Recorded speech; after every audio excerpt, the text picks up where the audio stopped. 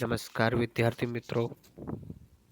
ધોરણ 11 ભૂગોળ પાઠ નંબર 15 નકશાનો અર્થ અને પ્રકારો વિશે સમજાવવાનું છે.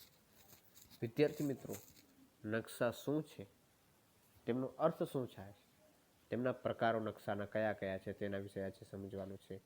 વિદ્યાર્થી મિત્રો, તમે જાણો છો કે ઘણા વિદેશી સહેલાણીઓ આપણા દેશમાં જુદા જુદા પ્રવાસન સ્થળોની મુલાકાત લે છે. આ તો તમે જાણી જ હશે. તેઓ પ્રવાસન સ્થળોના ભૌગોલિક વિસ્તારોથી અજાણ્યા હોવા છતાં ભૌગોલિક વિસ્તારો હોય છે તેના અજાણ્યા હોવા છતાં સ્વયંનિર્ભરિત સ્થળો સુધી ખૂબ જ સરળતાથી પહોંચી જાય છે. ઘણી વખત તમે જોયું હશે કે એનાથી પરિચિત નથી હોતા છતાં બી તે સ્થળો ઉપર સહેલાઈથી પહોંચી જાય છે. તેનું કારણ શું છે? કારણ માત્ર એટલું જ છે કે તેઓની પાસે છે પ્રવાસન સ્થળનો નકશો. નકશો હોય છે પ્રવાસન સ્થળનો, એટલા માટે તે સરળતાથી પહોંચી જતા હોય છે. નકશા વાચક દ્વારા તેઓને પોતાને પ્રવાસનો હેતુ પાર પાડી શકે છે. વર્તમાનમાં પ્રવાસ ઉપર બીજા અનેક પ્રકારના હેતુઓ સિદ્ધ કરવા નકશા ખૂબ જ ઉપયોગી ઉપકરણો બની ગયા છે. તો મિત્રો, આવો આપણે આજે પ્રકરણ દ્વારા નકશા વિશેની માહિતી મેળવીશું. ઘણી વખત વિદ્યાર્થી મિત્રો, તમે જોયું હશે કે પ્રવાસનના લોકો સરળતાથી પહોંચી જતા હોય છે પ્રવાસ ઉપર. તેનો આધાર શું છે? તો કે વિદ્યાર્થી મિત્રો, તેનો આધાર ખૂબ જ સરળ નકશો છે. નકશા વગર ભૂગોળ વિશેનો અભ્યાસ ઘણું કરી શકાય જ નથી. ઘણું કરીને શક્ય જ નથી. વિશ્વના દેશોમાં ભૌગોલિક અભ્યાસો માટે જુદા જુદા પ્રકારના નકશાનો ઉપયોગ કરવામાં આવે છે. પૃથ્વી પરના બધા સ્થળોનું તુલનાત્મક કે પ્રત્યક્ષ રીતે ભૌગોલિક અભ્યાસ કરવો અશક્ય છે. તેનો અભ્યાસ કરવો અશક્ય બની રહે છે. પણ નકશો એ એક એવું ઉપકરણ છે જે બધા સ્થળો વિશેની સંપૂર્ણ માહિતી પૂરી પાડે છે. સંપૂર્ણ યોગ્ય માહિતી પૂરી પાડતા હોય છે. એટલે કે ભૂગોળના અભ્યાસો માટે નકશાનો વિશ્વભરની સંપૂર્ણ માહિતી આપતો સર્વસંગ્રહ છે. નકશામાં પૃથ્વી સપાટીની તમામ વિગતોનું આલેખન સરળતા કરી શકાય છે. કુદરતી તત્વો અને સાંસ્કૃતિક તત્વો, આ બધા તત્વો પરસ્પર સંબંધ ધરાવે છે. સંસ્કૃતિના તત્વો, આ બધા તત્વો શું છે? પૃથ્વીના તત્વો અને સાંસ્કૃતિક તત્વો, કુદરતી તત્વો, આ બધા એકબીજા સાથે શું કરે છે? સંબંધ ધરાવતા હોય છે. એટલે નકશો તૈયાર કરતી વખતે આ વિગતો ચોકસાઈપૂર્વક આલેખવામાં આવે છે. ભૂગોળ એક પ્રયોગાત્મક વિજ્ઞાન છે જેમાં નકશા પ્રાયોગિક કાર્યનો મોટા ભાગે રોકે છે. ભૂગોળની એક વિશિષ્ટ શાખા નકશા વિજ્ઞાન નકશાનું નિર્માણ અંગેની તલસ્પર્શી અભ્યાસ કરે છે. નકશો પ્રવાસીઓ ઉપર સૈનિકો, વેપારીઓ, પરિવહન ચાલકો, ઔદ્યોગિક એકમોના સ્થાનકો તેમજ સામાન્ય વ્યક્તિઓ પણ માર્ગદર્શન આપે છે. આ માટે નકશાની ભાષા લિપિ જણાવવી જરૂરી છે. નકશાની ભાષા કેવી હોવી જોઈએ? લિપિ જાણવી ખૂબ જ જરૂરી છે. નકશો એક પ્રકારનો, એના ઉપર અભ્યાસ યોગ્ય વિદ્યાર્થી મિત્રો કરવો ખૂબ જ જરૂરી બની રહે છે. અભ્યાસ વગર નકશો તમને યોગ્ય રીતે મહત્વ પૂરું પાડી શકશે નહીં. હવે જોશું વિદ્યાર્થી મિત્રો નકશાનો અર્થ. નકશાનો અર્થ આપણે જોવાનું છે. તો કે નકશો શબ્દનો અંગ્રેજી પર્યાય મેપ છે. મૂળ લેટિન શબ્દ મેપ્પા મુંડી ઉપરના અપભ્રંગ થઈને શબ્દ મેપ બન્યો છે. તેનો અર્થ હાથમાં રાખી શકાય તેવો કાગળનો ટુકડો એવો થાય છે. મિકો નામના પાદરીએ મેપ્પા મુંડી શબ્દ પ્રયોગ પ્રચલિત કર્યો છે. સામાન્ય અર્થમાં નકશો એટલે વક્રાકાર પૃથ્વી સપાટી અથવા તો તેના કોઈ એક ભાગનો આકાશમાંથી જોતા દેખાતું નાના માપની કરેલું રૂઢ આલેખન છે. ભૂગોળના મોટે ભાગે નકશાઓ એ પૃથ્વીની સપાટી કોઈ ભૌગોલિક પ્રદેશના તૈયાર કરવામાં આવે છે. નકશો જે માપ કે કદનો હોય તેના કરતાં અનેક ગણો મોટો વિસ્તાર ધરાવતા પ્રદેશોની માહિતીનો સમાવેશ કરે છે. નકશાની વ્યાખ્યા નીચે પ્રમાણે છે. નકશો ખૂબ જ સરળ છે અને નકશાનો હવે આપણે મેપ શબ્દ પણ ઉપયોગ થાય છે. ઘણી વખત તમે મોબાઈલ ખોલી કેટલા કિલોમીટર છે હાલો કરો મેપ ચાલુ અને બતાવો, આનો ઉપયોગ થતો હોય છે. નકશો એ પૃથ્વી અથવા તેના કોઈ એક ભાગનો ઉપરથી જોતા દેખાતી નાના માપનું દોરેલું રૂઢ આલેખન છે. નાના માપનું દોરેલું રૂઢ આલેખન છે. અથવા તો નકશો એટલે વક્રાકાર પૃથ્વીની સપાટી કે તેના કોઈ એક ભાગના ઉપરથી જોતા દેખાતું વિશિષ્ટ પ્રમાણ માપ. પ્રક્ષેપ પદ્ધતિને રૂઢિ સંચાલનો સંજ્ઞાઓ દ્વારા સપાટી પર તૈયાર કરેલું સાંકેતિક ચિત્ર છે. તેના ઉપર તૈયાર કરેલું એક સાંકેતિક પ્રકારનું ચિત્ર હોય છે. નકશો સપાટ કાગળ, પ્લાસ્ટિક, ફિલ્મ પટ્ટી કે પ્લાસ્ટર ઓફ પેરિસની ઉપર તૈયાર કરવામાં આવે છે. આના ઉપર બધી ઉપર નકશો તૈયાર કરવામાં આવે છે. વિશિષ્ટ પ્રમાણમાં રૂઢ સંજ્ઞાઓ અને વિવિધ પ્રક્ષેપો નકશાની રચનાના મુખ્ય અંગો છે. આ બધા મુખ્ય અંગો નકશાની પ્રકારના મુખ્ય અંગો હોય છે. હવે આપણે વિદ્યાર્થી મિત્રો નકશાનો પ્રકારો વિશે સમજૂતી મેળવવાની છે. તો કે વિવિધ જરૂરિયાતોની આપૂર્તિ માટે નકશો તૈયાર કરવામાં આવે છે. ઘણી બધી જરૂરિયાતો હોય છે, તેની આપૂર્તિ માટે નકશો તૈયાર કરવામાં આવતા હોય છે. તેથી નકશાના અનેક પ્રકાર પડે છે. નકશાના ઘણા બધા એવા પ્રકારો પડતા હોય, જેમ કે નકશા પોથીના નકશા, દિવાલે ટંગાવવાના નકશા, અખબારો કે પુસ્તકો માટેના નકશા, ભૂમિ માપન કે અવકાશી નકશા. આ બધાનો ઉપયોગ નકશા દ્વારા કરવામાં આવતું હોય છે.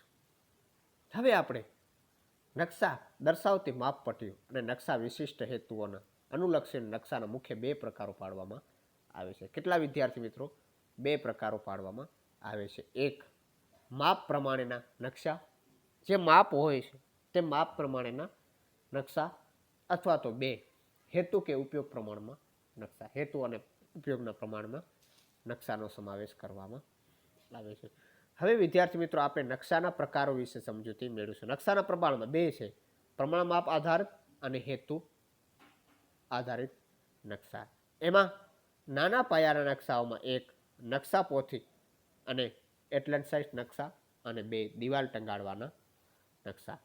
એમાં પણ બે ભાગ, એક નાના માપના નકશા અને મોટા માપના નકશાઓમાં એક, સ્થળ વર્ણન નકશા, બે, જમીન માલિકીના નકશા, અને ત્રણ, સર્વેક્ષણ નકશાનો સમાવેશ કરવામાં આવે છે. અને હેતુ આધારિત નકશાઓમાં પણ બે પ્રકારો પડે છે. એક, પ્રાકૃતિક નકશા, અને બે, સાંસ્કૃતિક નકશાનો સમાવેશ કરવામાં આવે છે.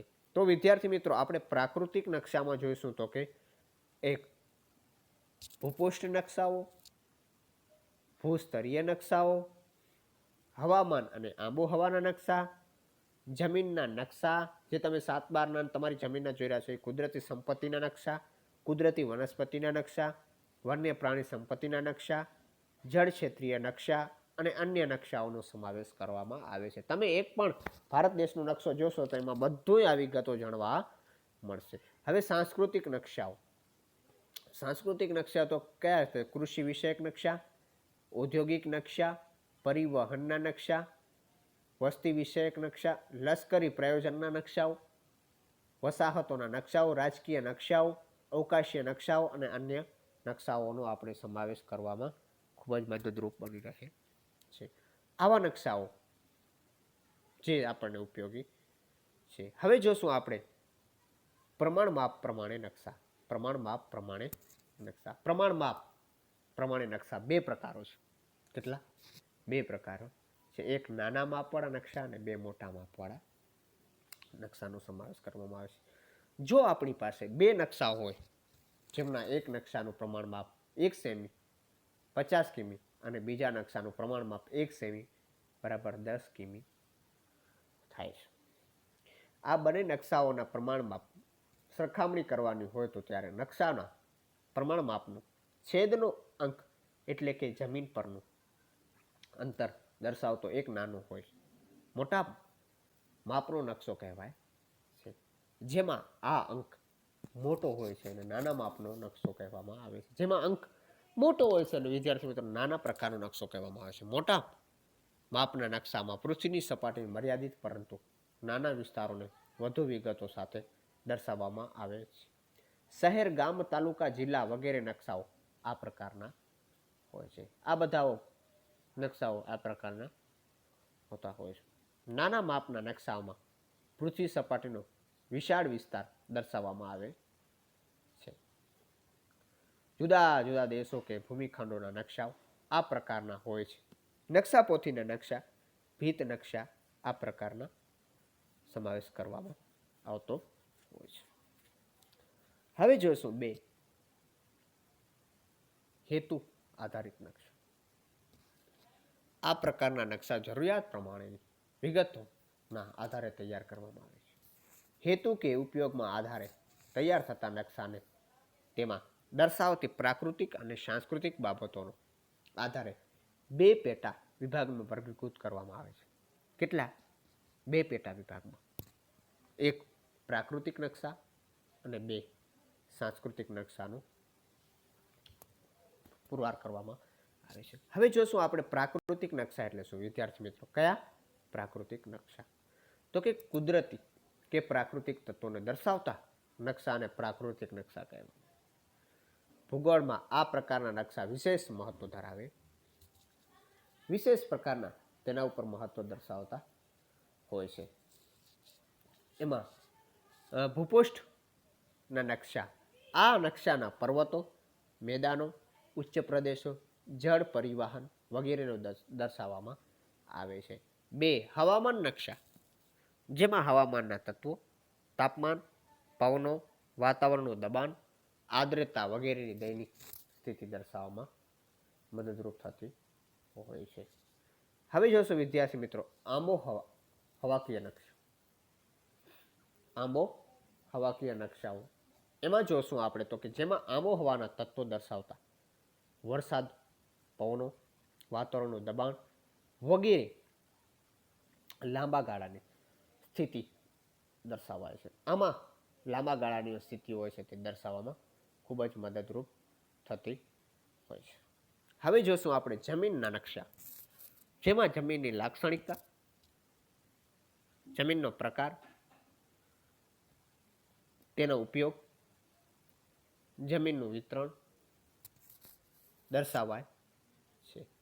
હવે વિદ્યાર્થી મિત્રો આપણે આગળ જોઈએ તો કે વન્ય પ્રાણીઓના નકશા.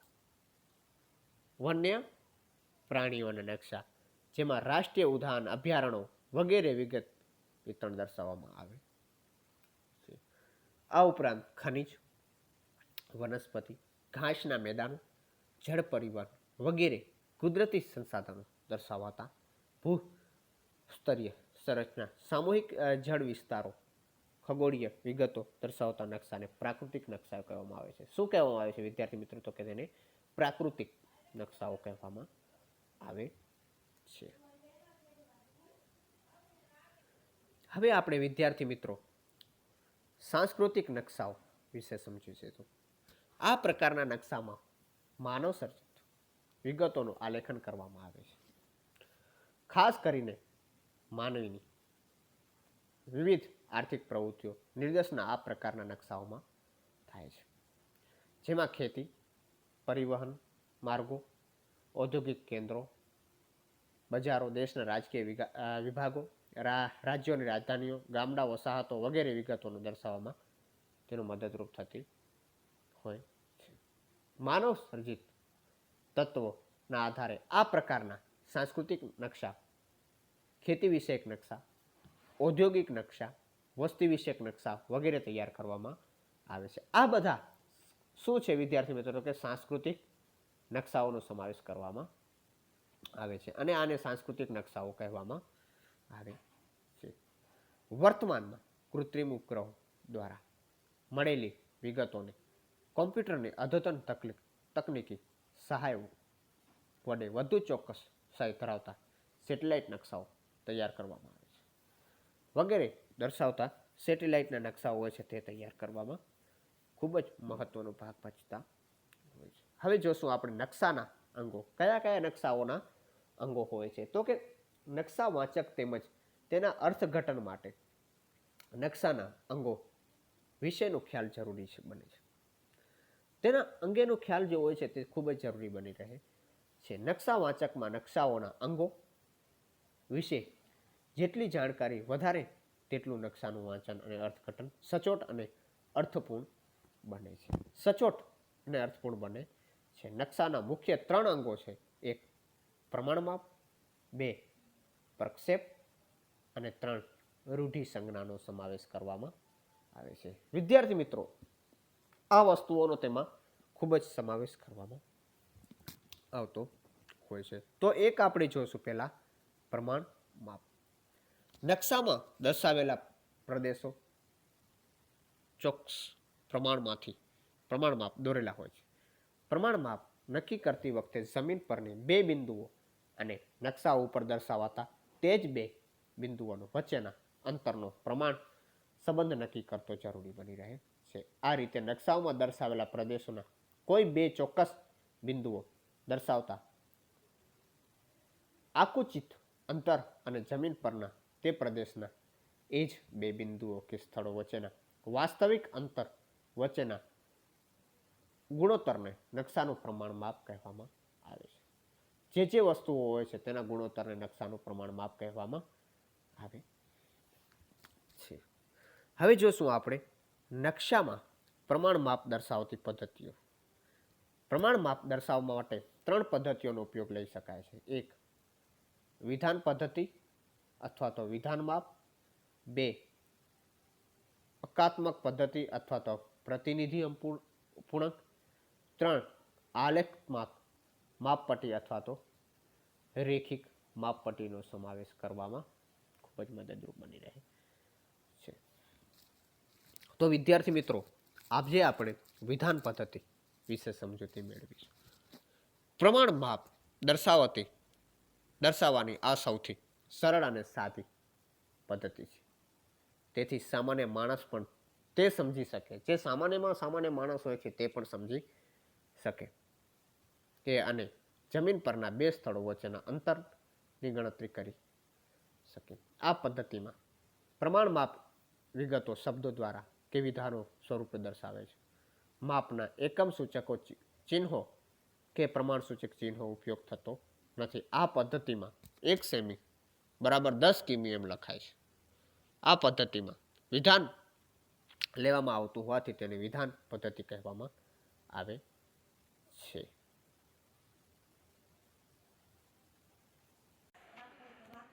હવે આપણે આગળ વધીશું વિદ્યાર્થી મિત્રો. તો કે એકાત્મક પ્રમાણ માપ પ્રતિનિધિન અપૂર્ણ પદ્ધતિ. આ પદ્ધતિમાં પ્રમાણ માપ દર્શાવતા અંક સાથે લંબાઈ કે અંતરના માપ સૂચકો એકમો લખવામાં આવતા નથી.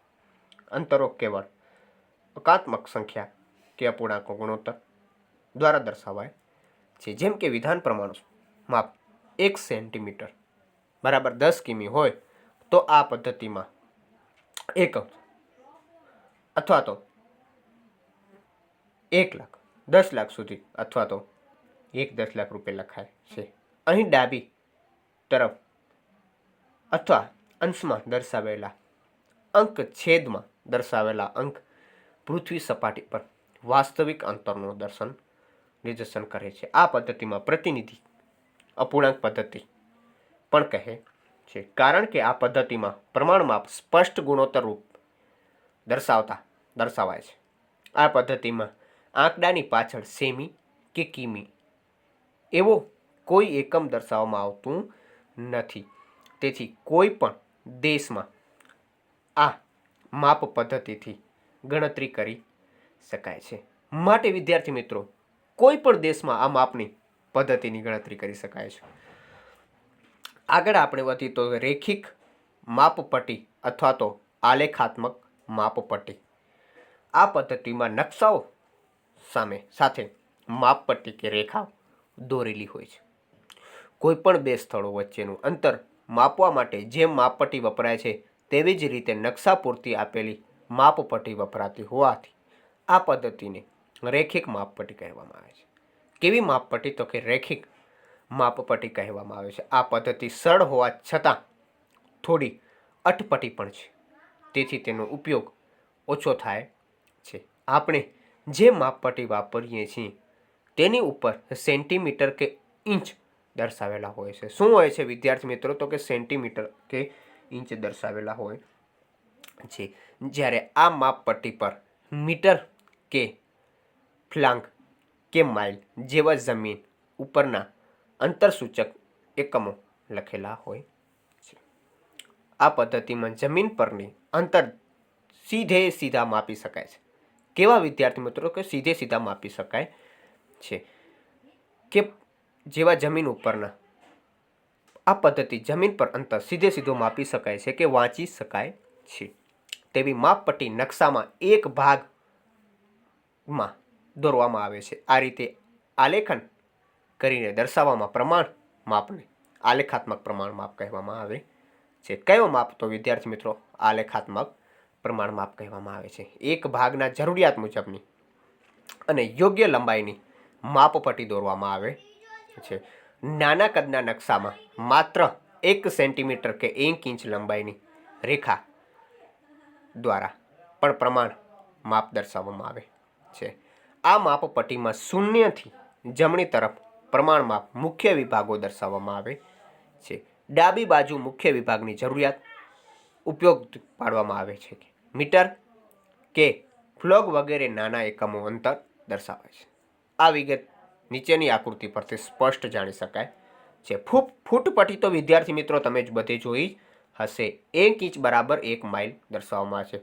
એનો ફ્લેગ કહેવામાં આવે છે ઉપર 840112 છે, 3 માઇલ છે. અને ઇંચ 1 ઇંચ 3 સેન્ટીમીટર જેટલું હોય છે. આ આકૃતિ તમે જોઈ શકો છો. હવે જોશું વિદ્યાર્થી મિત્રો આપણે પ્રક્ષેપ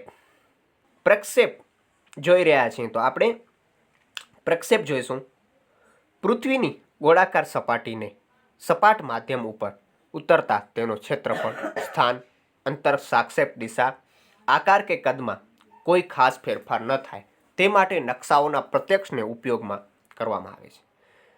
પ્રક્ષેપ એટલે પૃથ્વીની ગોળાકાર કે વક્રાકાર સપાટી કાગળ પરના ઉતારવાનો પ્રયત્ન. શું કહેવામાં આવે છે વિદ્યાર્થી મિત્રો? તો તમે જોઈ શકો છો કે પ્રક્ષેપ એટલે શું? તો કે પૃથ્વીની ગોળાકાર કે વક્રાકાર સપાટી કાગળ ઉપર ઉતારવાનો પ્રયત્ન એટલે પ્રક્ષેપ. નકશાના પ્રક્ષેપ કોઈ માધ્યમ પર ભૌમિતિક પદ્ધતિથી આકારાય છે. ત્રિમિતિ ધરાવતી પૃથ્વી સપાટી પરના વક્રાકાર અક્ષાંશવૃત્ત અને રેખાંશવૃત્ત ઝાડને દ્વિમિતિ ધરાવતા સપાટ કાગળ ઉપર ઉતારવા માટે જે પદ્ધતિ વપરાય છે તેને નકશાની પ્રક્ષેપ પદ્ધતિ કહેવામાં આવે છે. વિદ્યાર્થી મિત્રો, ત્રિમિતિ ધરાવતી પૃથ્વી સપાટી પરના વક્રાકાર અક્ષાંશવૃત્તો અને રેખાંશવૃત્તોની ઝાડને દ્વિમિતિ ધરાવતી સપાટ કાગળ ઉપર ઉતારવા માટે જે પદ્ધતિ વપરાય છે તેને શું કહેવામાં આવે છે? નકશાની પ્રક્ષેપ પદ્ધતિ કહેવામાં આવે છે. પ્રક્ષેપ ક્રિયા એટલે પ્રક્ષેપણ ક્રિયા પૃથ્વીના વક્રાકાર સપાટીને સમતલ કાગળ ઉપર દર્શાવવાની પદ્ધતિ એટલે પ્રક્ષેપ પદ્ધતિ કહે છે. આ ક્રિયા માટે 3 વસ્તુઓની જરૂર છે. કેટલી વિદ્યાર્થી મિત્રો? 3 વસ્તુઓની જરૂર છે. 1 તારનો બનેલો પૃથ્વીનો ગોળો, 2 જેના પર પ્રક્ષેપણ ક્રિયા કરવાની છે તે સપાટ પૃષ્ઠભાગ, અને 3 પ્રકાશ પ્રક્ષેપક એટલે કે પ્રકાશ આપનાર વસ્તુ. આ ત્રણેય બાબતોના સંયોજનોમાંથી રચાયેલા પ્રક્ષેપ અને જરૂરિયાતો મુજબ પ્રક્ષેપને જળવાયેલા વિશિષ્ટ ગુણધર્મને આધારે પ્રક્ષેપના અનેક પ્રકારો થઈ શકે છે. ઘણા બધા એવા પ્રકારો હોય છે તે આપણને થઈ શકે છે. 3 રૂઢિસંજ્ઞાઓ. નકશાઓમાં જુદી જુદી અનેક પ્રાકૃતિક અને સાંસ્કૃતિક બાબતો દર્શાવવામાં આવે છે. આ બંને બાબતોને સરળતાથી દર્શાવવા માટે કેટલીક રૂઢિસંજ્ઞાઓ કે સાંકેતિક ચિહ્નોની મદદ લેવામાં આવે છે કે ભૂસપાટી પરની બધી જ વિગતોને એમના કદ આકાર પ્રમાણે યથાવત સ્વરૂપે નકશામાં દર્શાવી શક્ય નથી. પ્રાકૃતિક બાબતોમાં ભૂપૃષ્ઠ, ભૂમિ સ્વરૂપો, જલ પરિવાહ, કુદરતી વનસ્પતિ, આબોહવા, જમીનના પ્રકાર વગેરે બાબતોનું રૂઢિસંજ્ઞાઓ વડે દર્શાવાય છે. જ્યારે સાંસ્કૃતિક બાબતોમાં માનવ વસાહતો, પરિવહન માર્ગો, કૃષિ અને સિંચાઈની સુવિધાઓ વગેરે બાબતો દર્શાવી વિવિધ રંગો તેમજ સાંકેતિક ચિહ્નોનો ઉપયોગ થાય છે. ભારતમાં ભૂમિ માપન નકશાની ભૂપૃષ્ઠ દર્શાવવામાં આવે છે. વિદ્યાર્થી મિત્રો, શું દર્શાવવામાં આવે છે? તો કે ભારતના ભૂમિ માપનની નકશામાં ભૂપૃષ્ઠ દર્શાવવામાં માટે સચોત્ર રેખા, રંગ સ્તર પદ્ધતિ તેમજ ઢાળ દર્શાવેલ રેખા પદ્ધતિ વિશેષ વપરાય છે.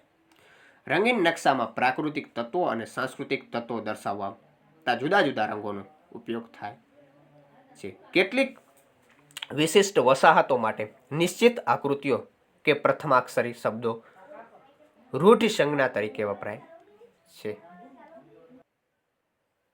પ્રક્ષાક્ષરી રૂઢિસંજ્ઞા તરીકે વાપરવામાં આવે છે. વિદ્યાર્થી મિત્રો, સંજ્ઞા તરીકે તેને વાપરવામાં આવે છે. જેમ કે આરામગૃહ માટે RH તાર અને ટપાલ કચેરી માટે PTO, સર્કિટ હાઉસ માટે CH, પ્રાથમિક મફત માટે PC વપરાય, PS વગેરે. મંદિર, મસ્જિદ, દેવળ વગેરે કેટલીક વિશિષ્ટ ઇમારતો તેના જેવી જ નાના કદના આકૃતિઓનો ઉપયોગ નકશામાં થાય છે. આમ સાંસ્કૃતિક તત્વોનો શાબ્દિક અર્થઘટનને ટૂંકાવવા આવા રૂઢિચિહ્નોનો ઉપયોગ થાય છે. તેથી રૂઢિસંજ્ઞાઓને નકશાની લઘુલિપિ કહેવામાં આવે છે. શું કહેવામાં આવે છે વિદ્યાર્થી મિત્રો? લઘુલિપિ કહેવામાં આવે છે. ભારતના દેહરાદૂન ખાતે આવેલી સંસ્થા ધી સર્વે ઓફ ઇન્ડિયા ભારતના ભૂમિ માપનના નકશા તૈયાર કરવાની અને પ્રકાશ કરવાની કામગીરી બજાવે છે.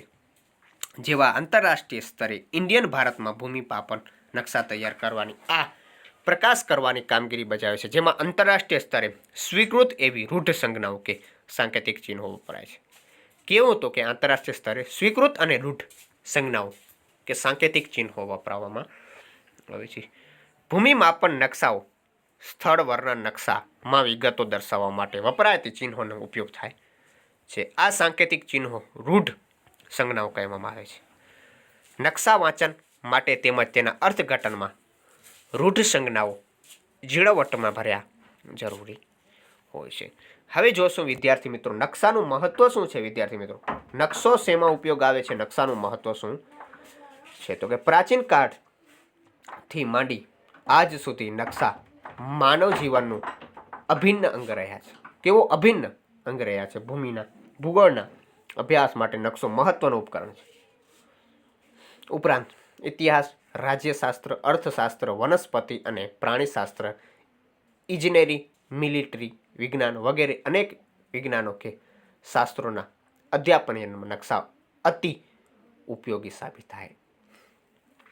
ઘણા બધા ઉપયોગી સાબિત થતા હોય છે. આ વિષયોને લગતી માહિતીનું પ્રાદેશિક વિતરણ તેમજ વિશ્વના સંદર્ભમાં અર્થઘટન કરવા નકશા સહાયક બનવામાં આવ્યા છે. નકશાનો સામાન્ય રીતે સાર્વત્રિક ઉપયોગ હોય તો સ્થળ કે પ્રદેશનું ભૌગોલિક સ્થાન જાણવા માટે તેનો છે. પ્રવાસ કે પર્યટન જવાનું હોય તો પછી વ્યાપાર માટે ચીજ વસ્તુની લેવડ દેવડ અંગેની બાબતો હોય, સ્થળના અંતર જાણવા માટે નકશાની જરૂર અવશ્ય પડવાની, પોતાની સ્થળથી નિર્દિષ્ટ સ્થળ કેટલા અંતરે આવેલું છે, આ બધીમાં શું ઉપયોગી છે વિદ્યાર્થી મિત્રો? તો કે નકશો ઉપયોગી.